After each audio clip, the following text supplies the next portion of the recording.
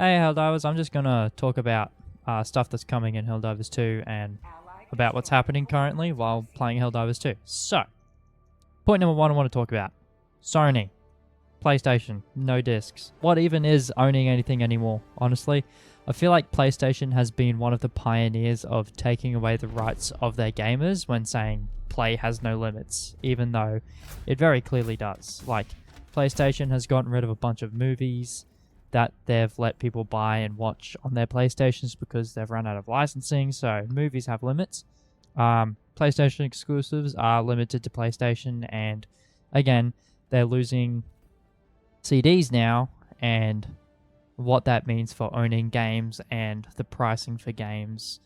And they're just being able to market prices individually to whoever they want for how much. So if you buy Call of Duty a lot, then PlayStation's like, oh, well, there's a new Call of Duty coming out, so specifically for you, if you want to buy it, it's going to be $5 more expensive or something.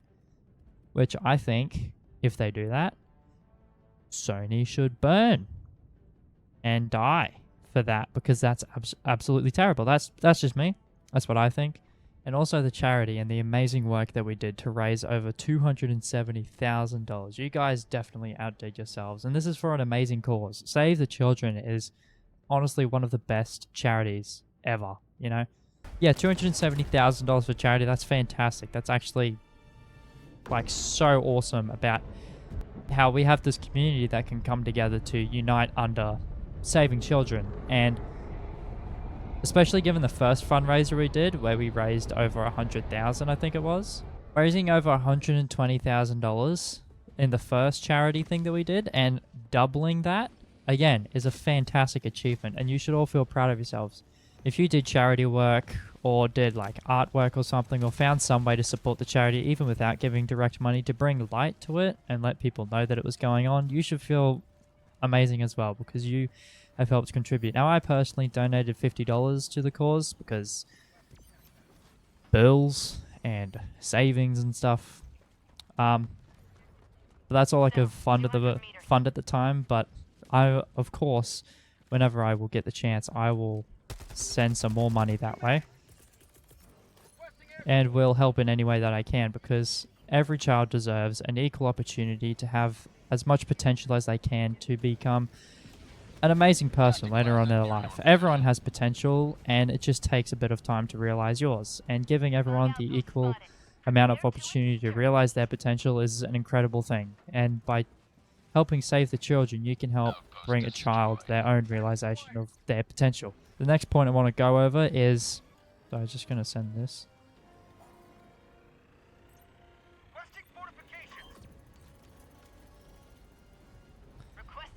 You should also do that when you're in a game, by the way. When you do a SEAF artillery, you should say in the chat what the actual artillery is in the order from right to left, so then people know. That's why I just always do it. Also, there's a new gun coming called the R4 Hyena. It's basically a coyote, but a marksman rifle. So for the people who are redacted regiment and like stuff like that, and that's awesome. You can snipe from a distance and bug report. I just killed one. Yeah, the R4 Hyena. I'm hyped for it. It seems pretty cool, and everything else that's in the war bond that I showed in an earlier video seems to be pretty centered around something, and I especially like the incendiary weapons. You know, I feel like there should be more stealth missions that aren't commando missions, because I feel like commando missions take away all the action of the game, but I feel like there should be like a sort of covert mission where if you get discovered, then you have to have a plan for if you do get discovered. But you shouldn't necessarily try not to get discovered. Does that make sense? I don't want to be hiding the entire game, because it is an action game after all. I want there to be a risk with what I'm doing, but not necessarily if you get caught so many times, it's just over. Something with the Illuminate, like uncovering intel or something, or like being a spy or something. There's basically no spy gameplay in the game, other than suppressed weapons.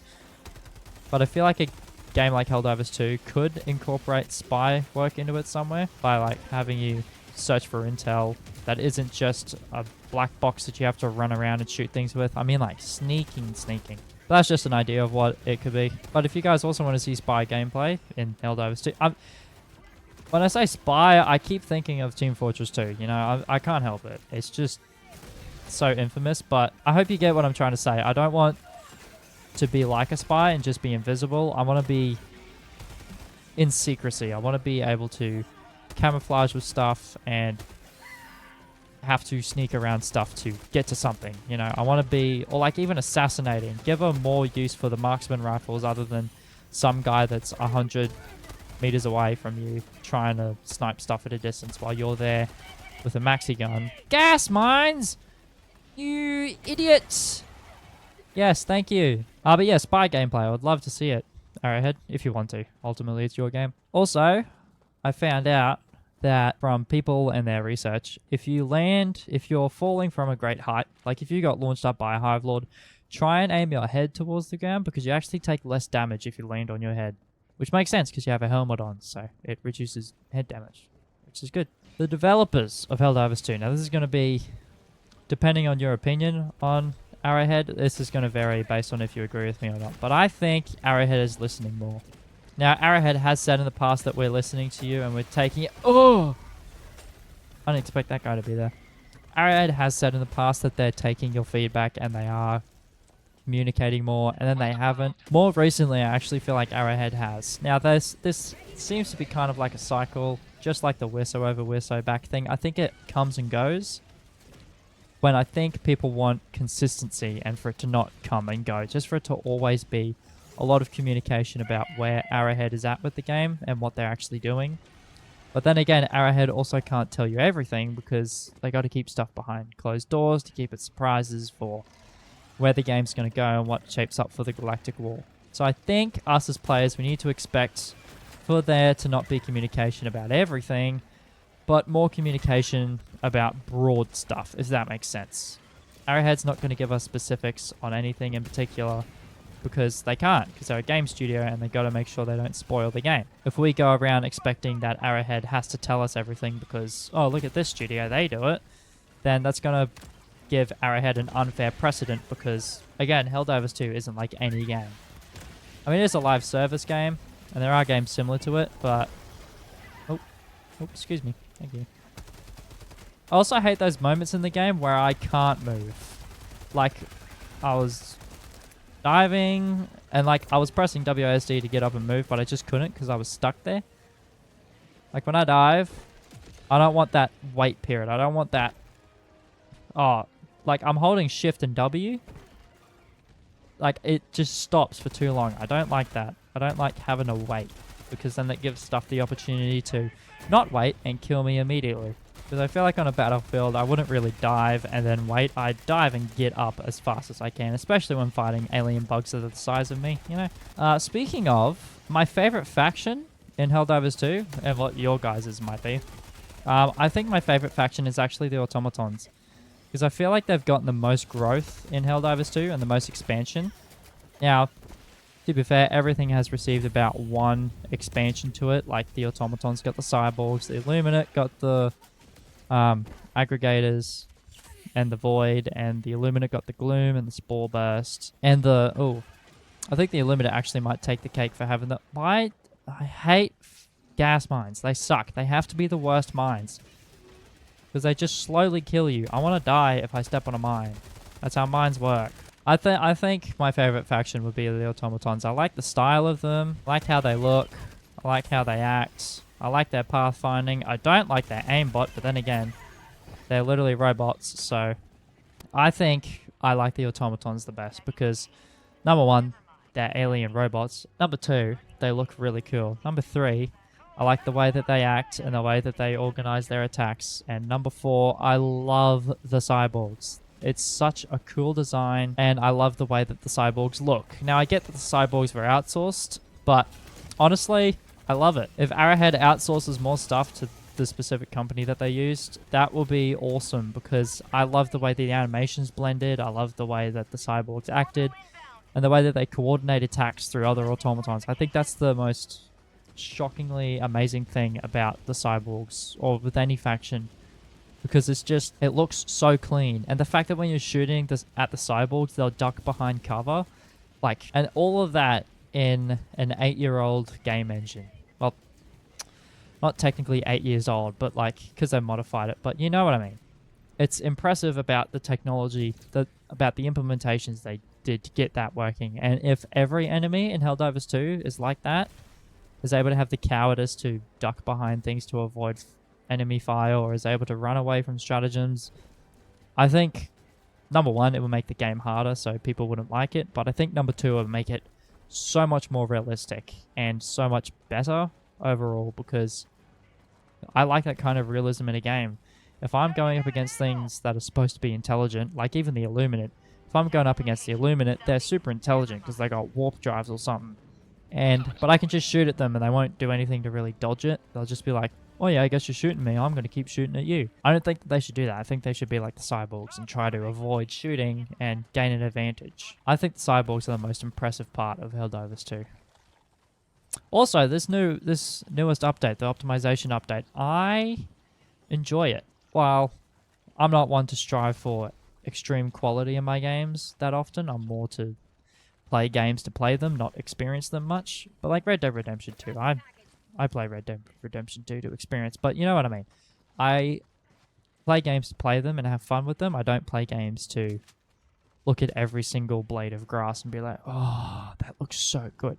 So when this update came with DLSS and giving me the opportunity to have more frames and less frame drops and everything, I thought that was awesome. It's literally bringing only a benefit to the reason why I play Helldivers 2. I like the gameplay of it, I like the enemies of it, I like the objectives of it, I love the propaganda of it, I love its whole attitude. I like the gameplay of Helldivers 2. While in the past the gameplay was terrible, I think in the present the gameplay has only gotten better. I don't think that much has gotten worse of it, and I think that it still has a long way to go.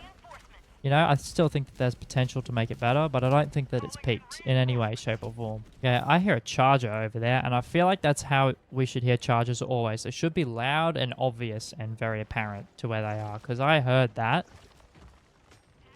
Is this guy trying to get to me? Why's there blood? Oh, there's a charger here. I also feel like the enemies shouldn't be able to know that I'm in here. Right, I warped in here, so that's put a sound cue up for them, being like, oh, someone warped over here, but they shouldn't know I'm in here. They should look around and then buzz off.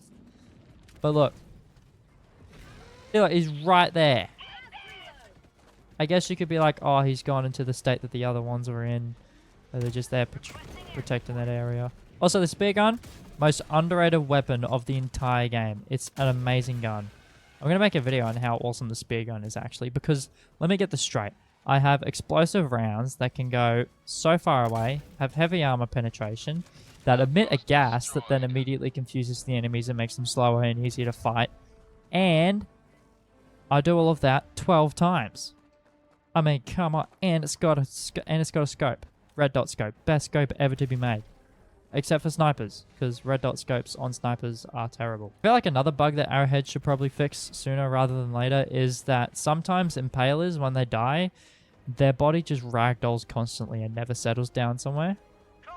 Like, not only for realism, but I think for optimization, because if your client is constantly calculating the trajectory of the next twitch that the corpse of the impaler does, then surely that's some optimization to fix. But again, it's physics, so it's kind of unpredictable here and there, so I don't think Arrowhead can necessarily fix it, but I feel like they can reduce, like, add more linear dampening, or like, I don't know, it's probably not linear dampening for them, it might be cubic even, but add more dampening to the simulation, because I know that every physics solver has damping somewhere in it, so if you just increase the damping for specifically the impaler deaths, and they just slowly sink to the ground with everything until they touch the ground, I think that'd be good enough to be a death.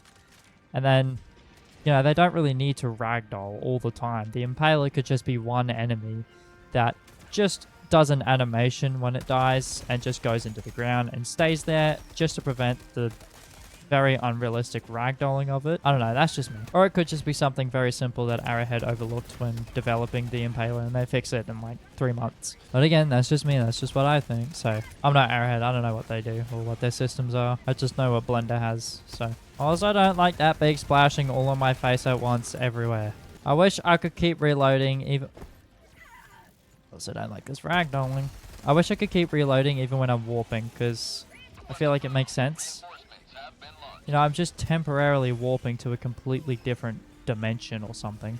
But yeah, I like playing Helldivers 2. It's a nice game to play, and I feel like it's even a nice game to come back from. I like just the look of, like, I noticed that with the DLSS update, or like the optimization update, like my black hole, or like my warp thing, whatever it is, on the back of my warp pack looks worse, you know?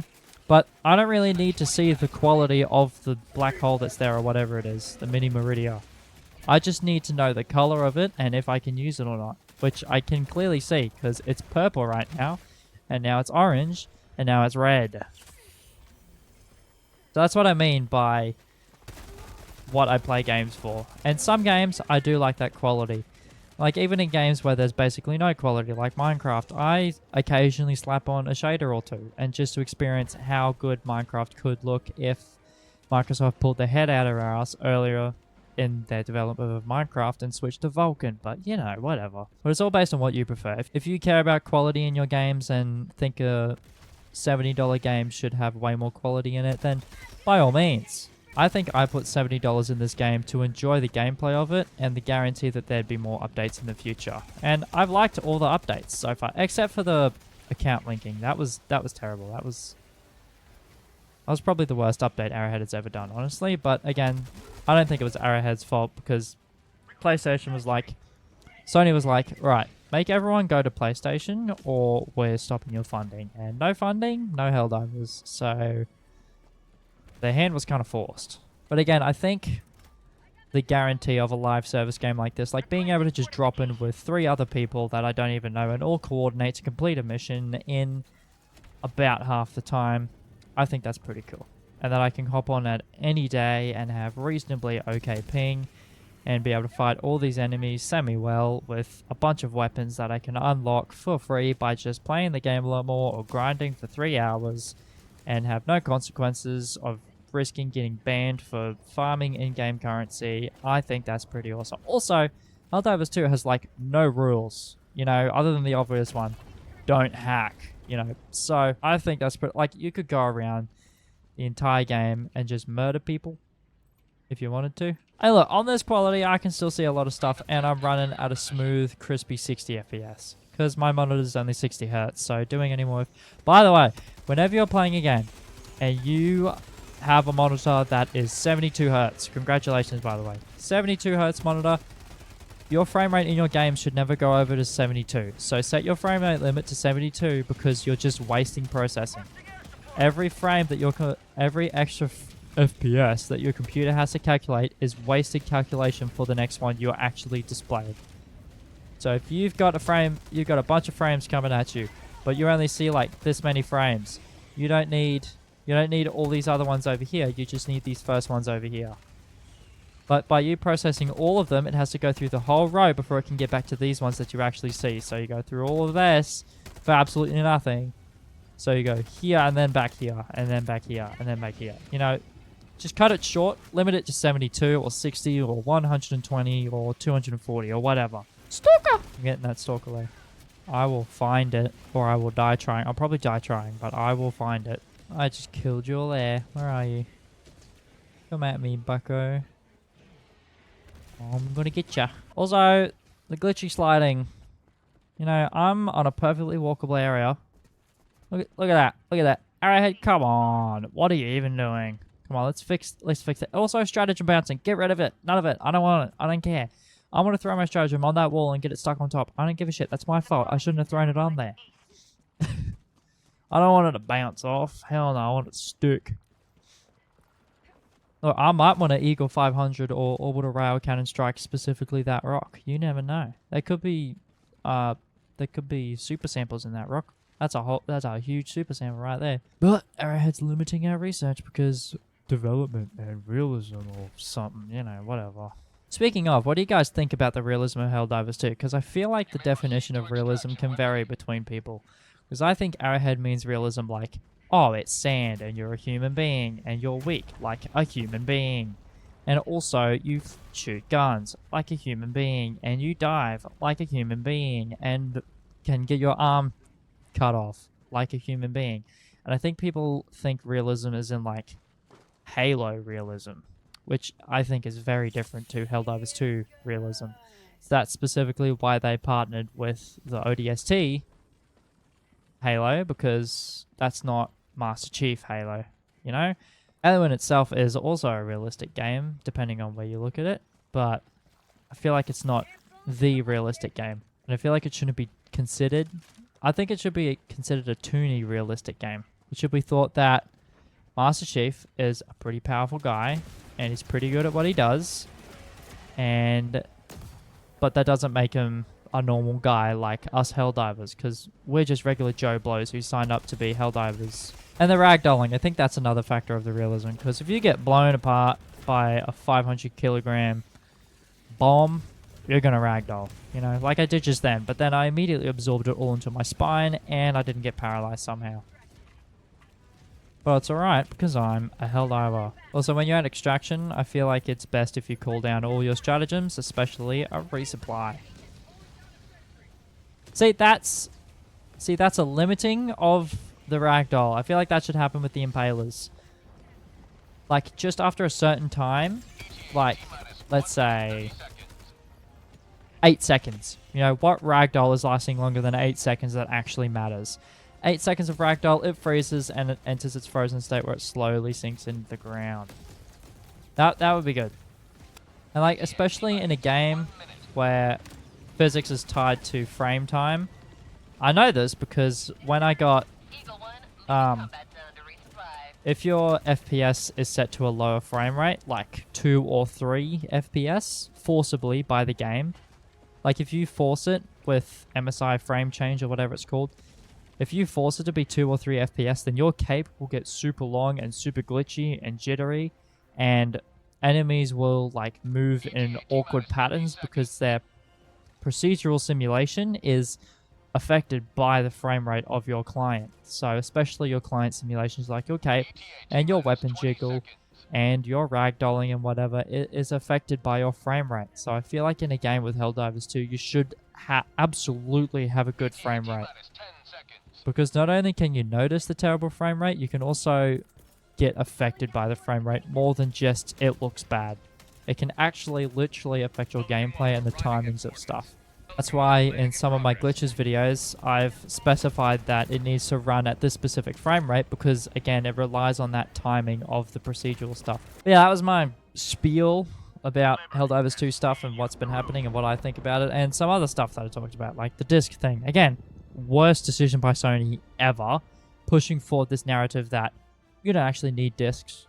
All I'm going to say is that, and I know everyone has been saying it, if buying isn't owning, then piracy isn't stealing. And with that, I thank you all for watching this video, and comment down below what you think about what I talked about, even if you didn't watch this video the whole way through, and I'll see you all in the next video.